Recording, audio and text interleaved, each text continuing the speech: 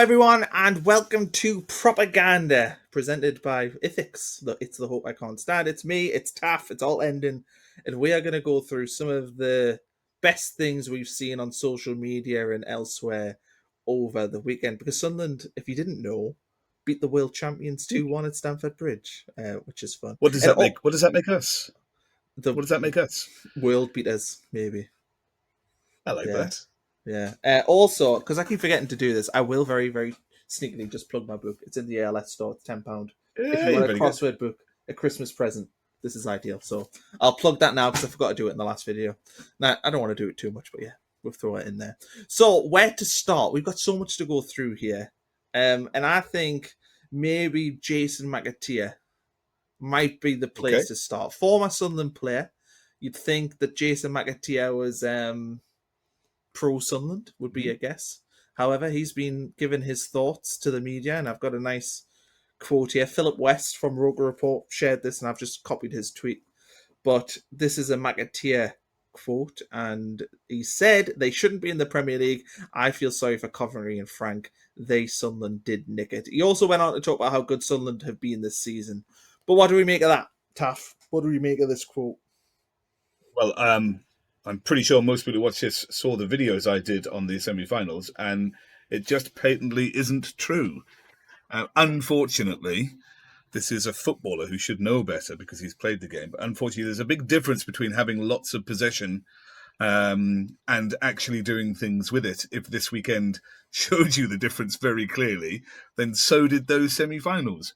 They don't. I think they have one shot in the last hour of one of the semi-finals. But I did a very thorough breakdown on both these games. We were not undeserving to win those games at all. Frank Lampard plays very fast, attacking football. He asks an awful lot of his wing-backs in particular, and it isn't a surprise the way those games went.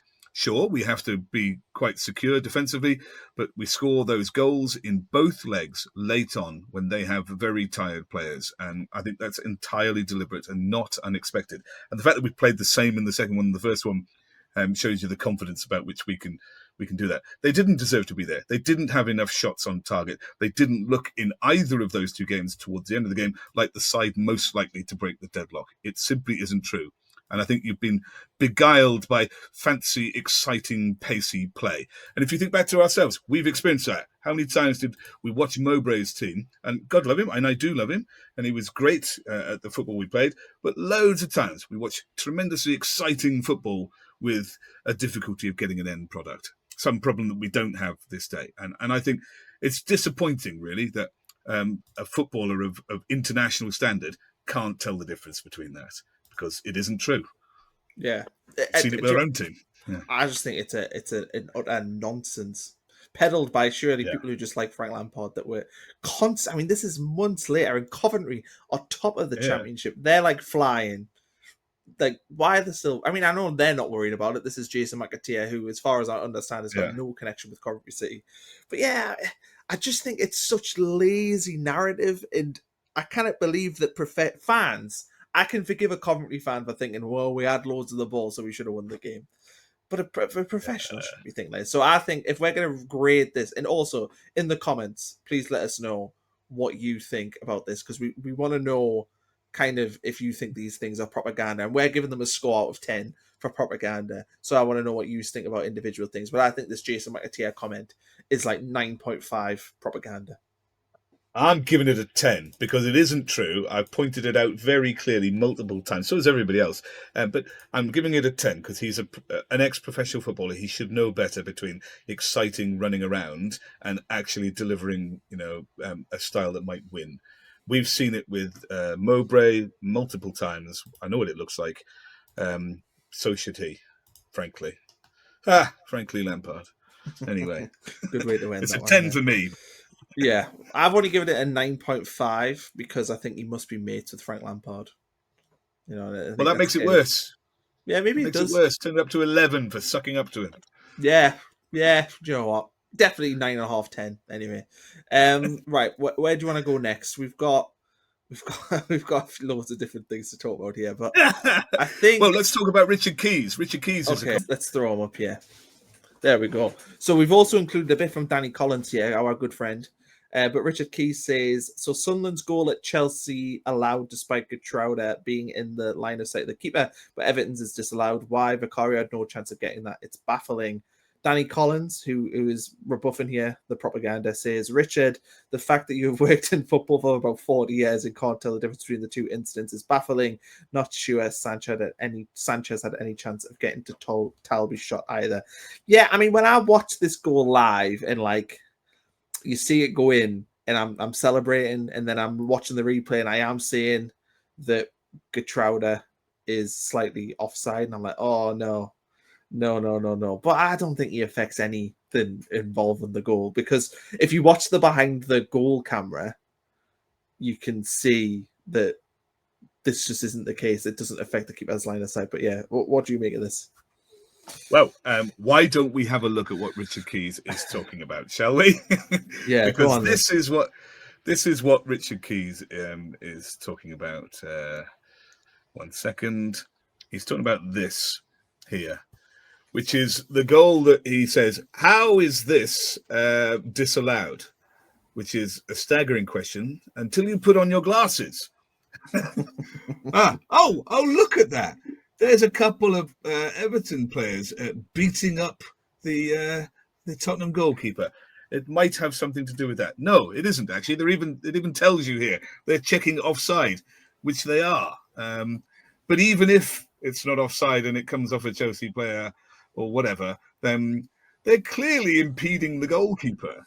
And you know, okay, how is that disallowed? Well, you may be struggling to understand that, but it looks fairly straightforward for me. But why don't we compare it to the Sunderland goal that he thinks is just the same? Because it isn't. So I think this is the right image here. Here we are. This is when Talby is striking the ball. So this is Talby striking the ball.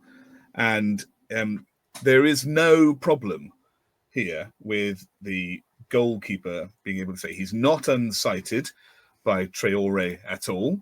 The goalkeeper has a very obvious view of the ball. You can see it right here. Oh, I can see you there. In fact, he's even stood still looking at him. It's not like he's bending around trying to see past anybody. He's looking right at him. And to make it even worse, Mr. Richard Keys, to make it even worse, it's already labelled for you there, but you just have to look at is it 4? We go back to that one? Yeah, we just go back to that. Just have a look at where I can't remember who this is now. Is this I think it's Reece James, is it? No. Is it? I'll tell you. I'll do Adebayo, maybe. Tosin. Well, no, Tosin I think is elsewhere.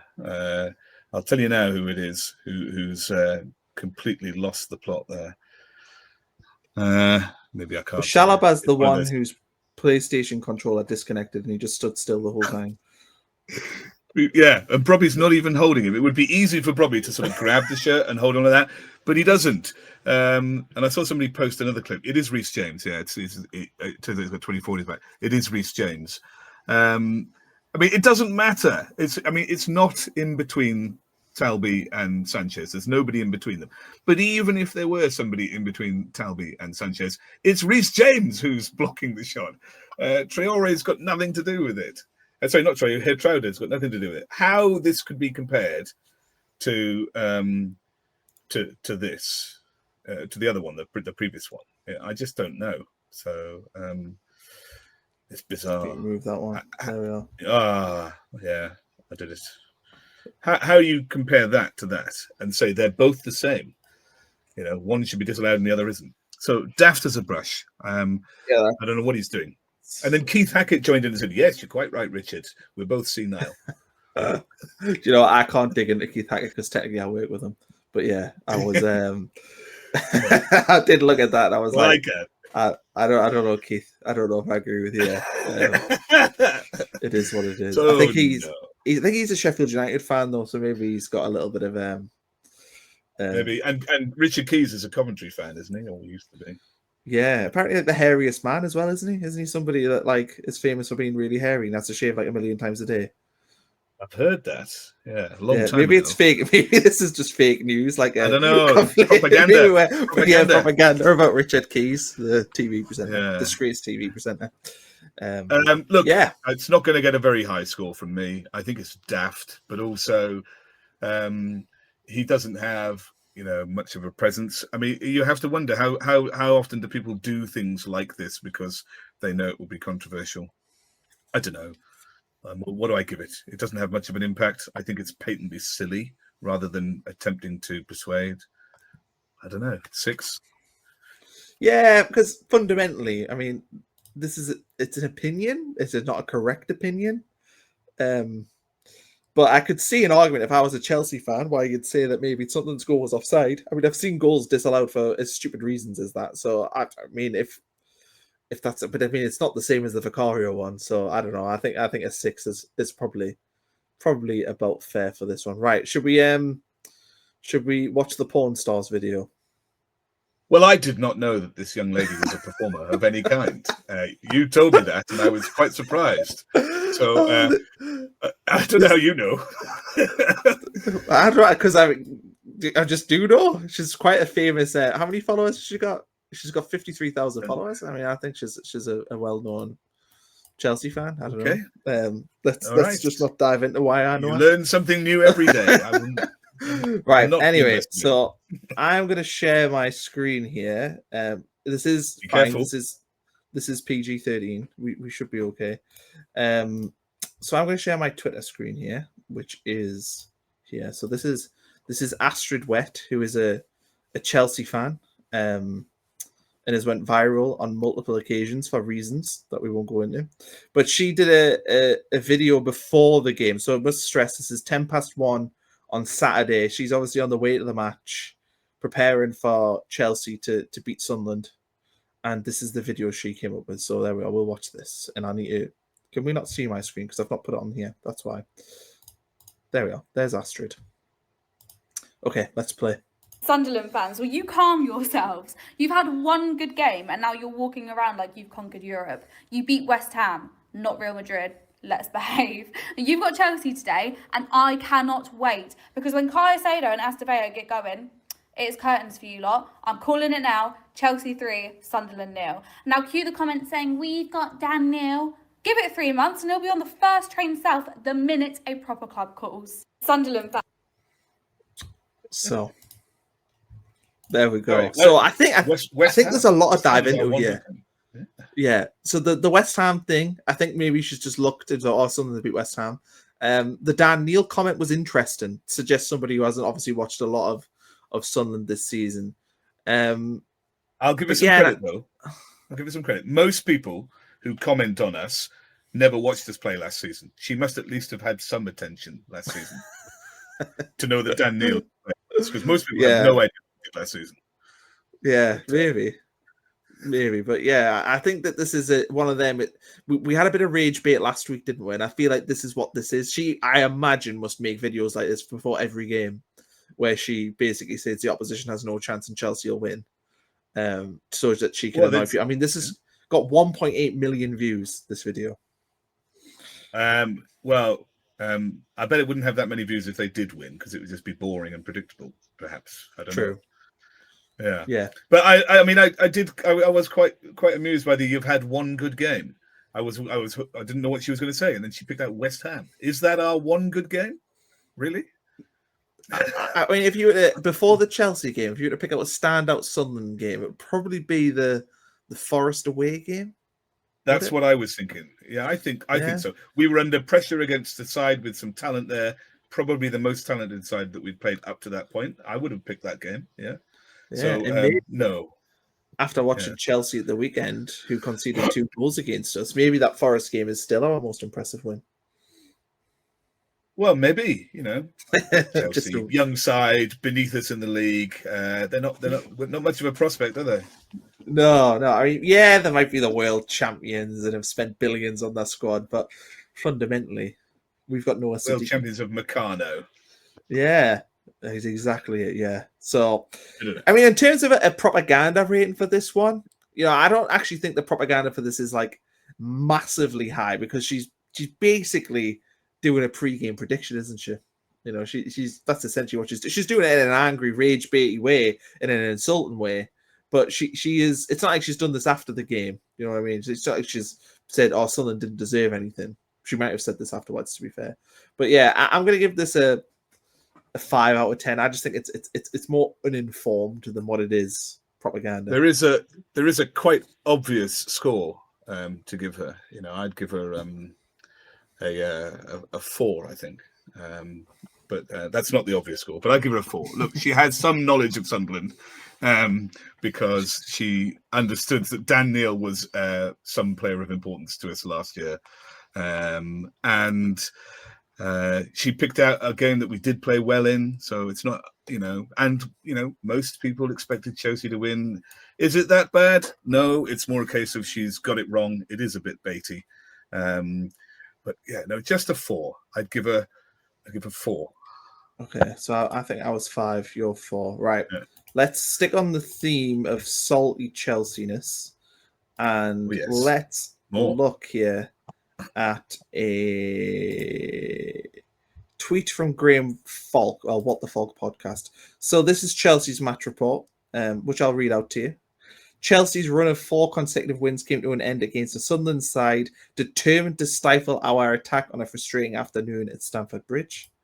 Next slide. Chelsea were on top and dominant for much of this game, but Sunderland's stubborn habit of defending with all 11 players within 30 yards of their own goal repeatedly crowded us out of the box before we could pull the trigger or create space for a clear chance. And there's some good memes in there as well. The man from Come Dine With Me, who's one of my personal favourites.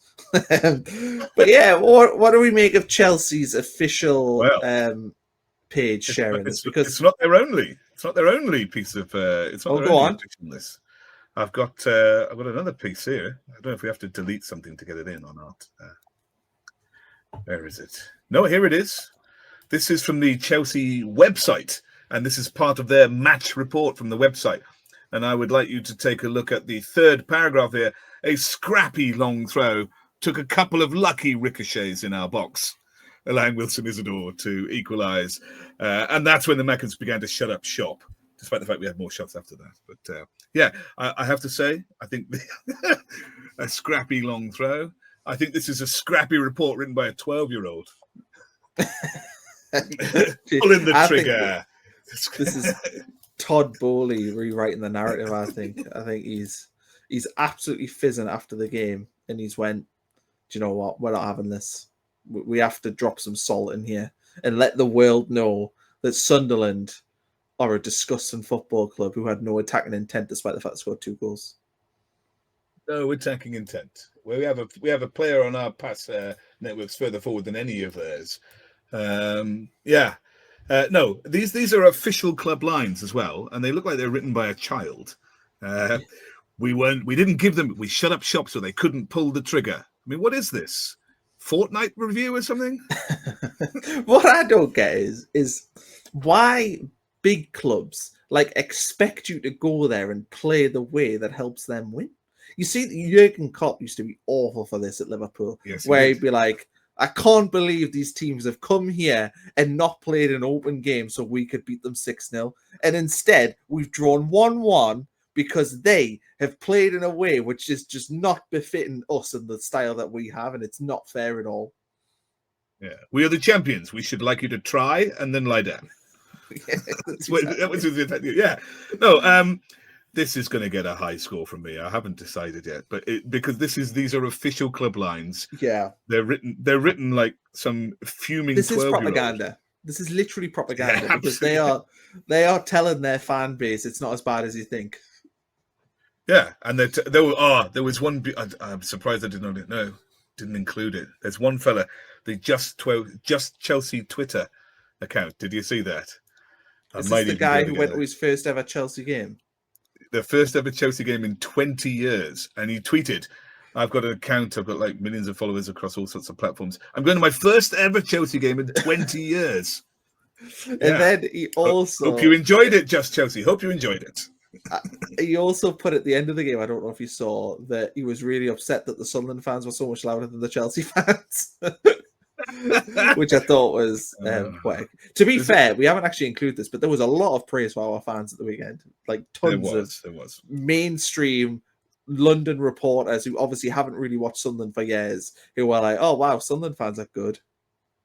Because I had to move. I had to move from our away end up to do that Sky thing afterwards. So I had to move, and I ended up one of the people I was sat next to was a Chelsea fan, and I was asking him what it's like, because when we watched the Man United game, the first 4 rows around the entire ground were tourists with cameras filming everything. And he said, unfortunately, it's pretty much the same here. He said there'll be empty seats here today because, the tourists don't sell the tickets. And the season tickets, he said lots of season tickets are owned and then sold to these companies who do astronomical packages for people to come from Asia and the Middle East to watch a Premier League game. Like Just Chelsea, I hope you enjoyed your first game ever in 20 years. He tweeted 40 times during the game. I wonder if he wasn't watching it. I was going to say, though, fair play to Stamford Bridge for having phone signal, because Sunderland's phones, I mean, they've put in 5G at the stadium, right, and it does not work. It's not. What's your network? It's not O2, is it? Mobile. Yeah, I'm not with O2. Yeah. Apparently, though, it's been switched on. The O2 mast apparently means they've switched off the other mast, which means the signal's worse for anyone else who isn't on O2. Well, I think I was trying to read something about it. It was all very complicated. So the government have spent lots of money funding about 22 sites across the country for open 5G networks at big places that will have concerts or venues. And we bid successfully for one at Sunderland, so we'll be the first club to have it, which means that every phone, no matter your network, can connect to this open network, which is really good at identifying phones in crowded environments. And then you'll connect from that to your outside network. But they're testing it at the minute, and it's only open for O2 users as part of the test, because let's have a small bunch of people to test it with, to identify you individually in the stadium. And I was there last week when I met you. I was there for the Wolves game. I had no trouble accessing the internet. I'm on O2. I had no trouble accessing the internet from the middle of the south stand. I tweeted 47 times during the game. Didn't tweet one. I'd never ever tweet during a game. Right. Let's continue on with the Chelsea theme. So we got this guy here. We had a good laugh about this on Saturday evening, but let's rewatch. So this is a watch along. Also, as an FYI, watch alongs are a big no-no for me. I don't know why people watch along. I don't get it. I don't know. It depends where you are. But this guy sounds like he's from London, and I then have to wonder, well, why is he not at the game? I mean, that's because all the tourists have the tickets. That's exactly, yeah. Maybe it's not his fault at all. Yeah, right. I can understand some people, who don't live in Liverpool or Sunderland. They've had to move elsewhere for jobs, but I'm not sure many people move out of London to go and work somewhere else. Still in this country. London is such a big place that if he lives in like East London, it could take him about 4 hours to get there. So possible, yeah. I still think it's lame. Let's watch anyway. So this is the final moment leading up to a special moment for A team. God, go on, I dare you. I fucking dare you. I fucking dare you! I fucking dare you! Oh my god! Oh my god! Oh my god! I dare you! I fucking dare you! Oh my god! Oh my god! Oh my god! So the first thing I notice is why I dare you. Well, I think he couldn't finish his sentence. He was saying, I think he was saying, "Oh yeah, I dare you to have a shot," and then we did something with it. He's like, "I cannot finish my sentence. I cannot finish my sentence. I dare you. I dare you. I dare you." I mean, to be fair to that guy, like he's had a viral weekend, hasn't he? So from his perspective, it's probably been a good showing. But do you think, I'm as passionate a Sunderland fan, and you will be. My reaction when Sunderland concede a goal is more this. Oh, no, I can't believe it. Oh. I'm not running around the room shouting, "I dare you, I dare you, I dare you." But my reaction's muted. That's how I react when Sunderland concede. I'm not kicking and screaming. To me, it's like acting. I think these people who do this, it's very fake. I think it is, but I don't really know. I remember that lots of us got very annoyed when we were absolutely terrible, the teams like Cheltenham Town or Shrewsbury or something like that. And we went there, I guess, with the kind of attitude that Chelsea might have had about us, saying, well, we should be winning this. And then when we played terribly and they don't win or something like that, I remember there were some very angry people in crowds in those days. So I don't know. It isn't how I behave. I do think part of it's an act, but I like it. It's good for us. Yeah. It's hilarious. Funny. I reckon he probably likes it too. Yeah, I mean, he's probably looking at it. I mean, what I'm wondering is there anyone else in the house? Like, is his mom downstairs making his tea? Chelsea obviously conceded. He's on the I dare use again. He has a very pretty room with his nice coloured lights and everything, doesn't he? Yeah, do you know what? That room is actually a really good room to stream in, isn't it? Like, apart from the 2 doors, but like it does look quite good. The blue, I do quite like it. So yeah, I like your streaming. Very empty room though. Well, it's just a bit too prepared for me. So I'm like, you could spend some money on going to the game. That's the thing that's riled you, Ross. The fact that he's a Chelsea fan the game. Well, look, lots of people don't go to the game. I don't get to go to every game all the time, but I do. I mean, he sounds like he lives in London, and he's got a very pretty room.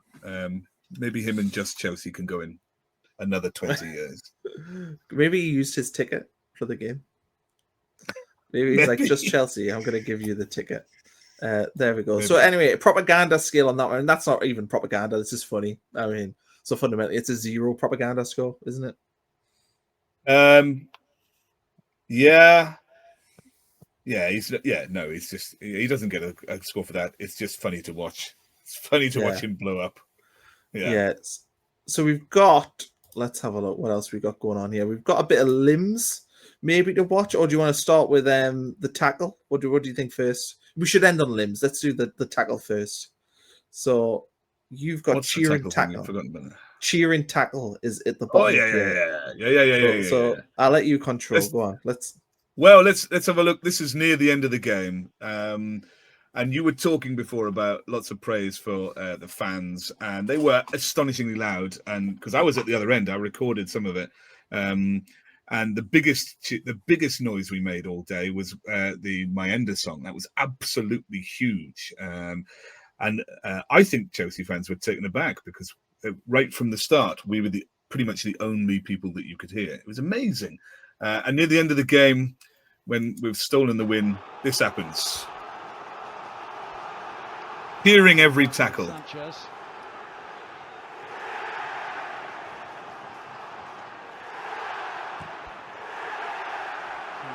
Just delighted with the fact that it's still one between Newcastle and Fulham at the moment. I love just that those cheers. That Trey Hume push as well just sums up Trey Hume. Where he gets get rid of I'll knock the ball back. It's our goal kick, and I'm not going to let you push me around. But the cheering from the crowd were immense all day, absolutely immense. It was amazing. Do you think that and I don't know if this is just bias, which is possibly, maybe it's my own propaganda, but I don't think there's another club in this country that appreciates like hard work, tackling. Like, do you know, you would talk about a style of play, and like you've got the West Ham way, you've got the Everton school of sides, you've got teams that want to play in a certain way, and I think Sunderland's thing is not pretty football. It's not a particular way of passing.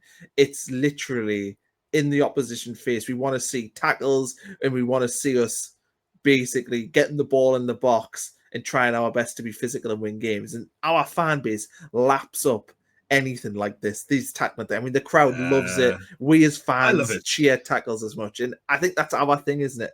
We want to see that if we finish bottom of the league, but we can tell everyone's putting in 100% effort and there's tackles flying in and stuff, our fan base are far more forgiving than... I love it. I love it. I don't think it's just necessarily about a style of football. I think it's about who we are. If you think about the history of Sunderland, and what's happened to the town and the city and the experience of people who live there and our parents and grandparents. It's been pretty tough. It's been pretty miserable. It's been abandoned. And, people have looked down on us for quite a while. And so when you go other places, that is what you're up against sometimes. And I think that in football, that translates as, here's a fancy club with loads of players who feel like they should beat us. And when we get into them and say, you're not better than us, I think that is the attitude that we love, because that's what we've had to live with for most of our lives. And that's the history of what Sunderland are and what we fight for. So I think it epitomizes who you are at Sunderland when people make tackles like that against teams like Chelsea. And I think that's why we love it, and it is great. I love it. I saw someone say the other day that high press is just the modern way of saying get into them, and I kind of agree. But I think that's why we roar it so much, because it's a demonstration on the pitch of the fight of what it means to be for Sunderland against wealth and privilege, frankly, and that's why we like it. I'm sure of it.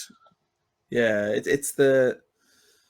I hate to be so cliched that it's the working class team plays a working class way, but I think that even Newcastle's a working class place, and I don't think they've got the same appreciation for this sort of stuff as what we do. And we are 40 miles apart. I mean, I live in the middle. I am literally, as horrible as it is to say, the bottom of my road. If I turn right, I can see St. James's Park from Gateshead because of where I live.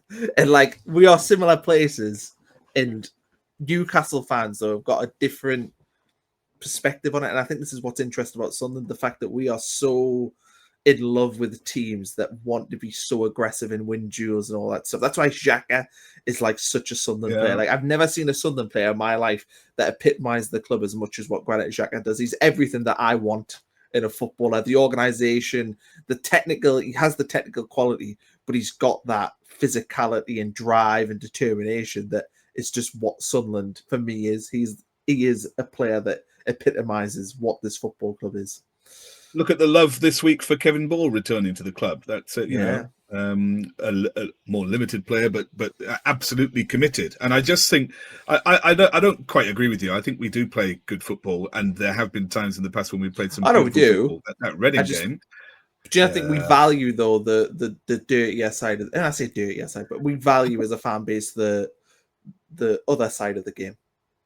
No, I don't think it's the dirty side or necessarily the aggressive side. I think I would use a different word, and you hear people like Reynaldo talk about this, and Wilson talk about this. It is about commitment. If you are committed and give everything you can in doing what you are doing, then we will love you. And that's it. That's all people ask for, commitment. And pulling out of tackles or being a bit soft, I think, doesn't cut the jib with us, frankly. So it's not necessarily about being mean or dirty or anything like that. It is about being committed, because that's how you succeed in Sunderland. Excellent. Okay, let's finish off with some limbs. We all love limbs. Why not? It's one of my favorite things in the world. Oh, you've got it. Sorry, you put your one up. We're having a bit of a mouse dance there on the computer. Right. This is one of the greatest things about fan vlogs. I would never do this myself. I don't ever envisage me. I've done it with work before because of Astrid's, but I would never envisage me going to a Sunderland game and filming a game and filming the opposition fans. But it is one of the greatest things. And on a Saturday evening, if we've won a game, I search for fan vlogs so I can see the away end, particularly if you've been in the away end as well. It is phenomenal to see. But here we are. This is a filmed from the Chelsea end. This is the moment that Talby scores the goal. So we'll watch this. Should we full screen it? There's a fellow YouTuber there down there, Michael Bowers, commenting on it. He's seen it too. Yeah. This is great.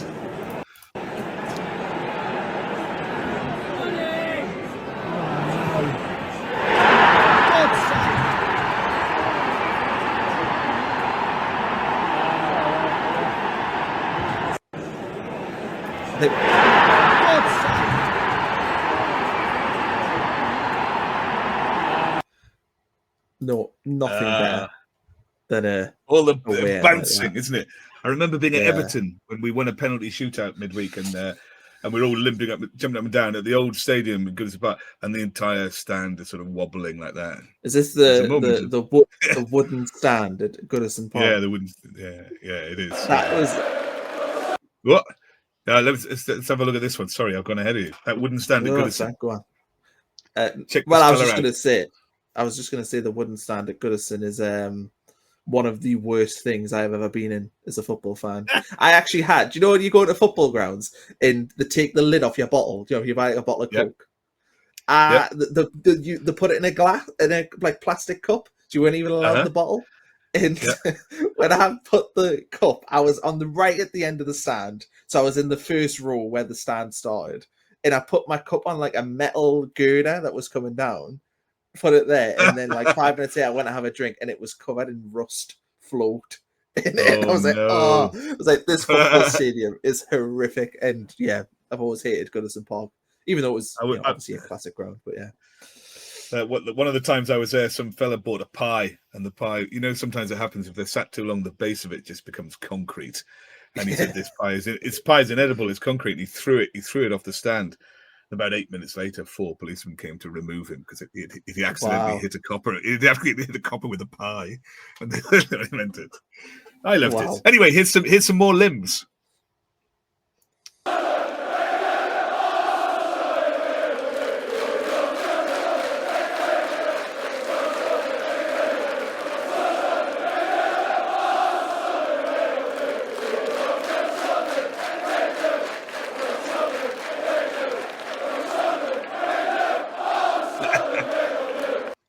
This is from the end of the club's access all areas, and I have to say that the club and the Echo, they do a really good job the last sort of 2 years of filming and photographing people who are at away games. They do a really good job of incorporating the crowd.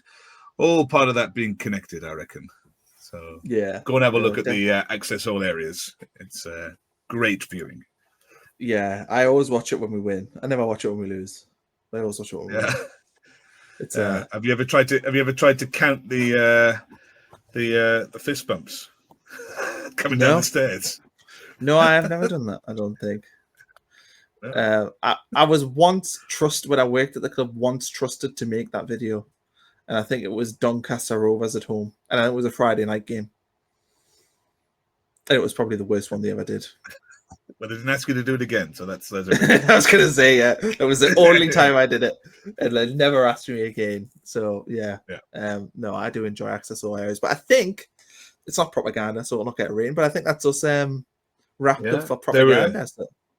There were so many YouTubers we could have picked who had foul reactions and stuff. Yeah, there was a lot of good social media content. But yeah, I think this is actually like of the 3 things we do, this is the one that I get the most enjoyment out of because it's just different, isn't it? Like it's picking out things. Yeah. It lets us talk about things in a slightly different way. So I enjoy it. I hope everyone else enjoys it as well. Yeah. So we will be back. If you've seen propaganda that we have missed, send it to us. There will be an email in the description. Yeah. Also must add actually before we leave that the Irish guy did a video where I don't know if he apologized, but he did a video covering the video that we had on last week where he said he was wrong about Sunderland. And apparently in his preview for Why the Chelsea Sunderland? Game, yeah. He said, I think he did one called Why Sunderland Are Making Me Look Stupid. Yeah. So we must say that. And also apparently he said that if Sunderland beat Chelsea, he would lick a door. Apparently somebody had sent that to us. So there we go. No idea. Look out for that. Yeah, a man licking a door. Anyway, thanks for watching, everyone. We'll be back later in the week for our Everton preview.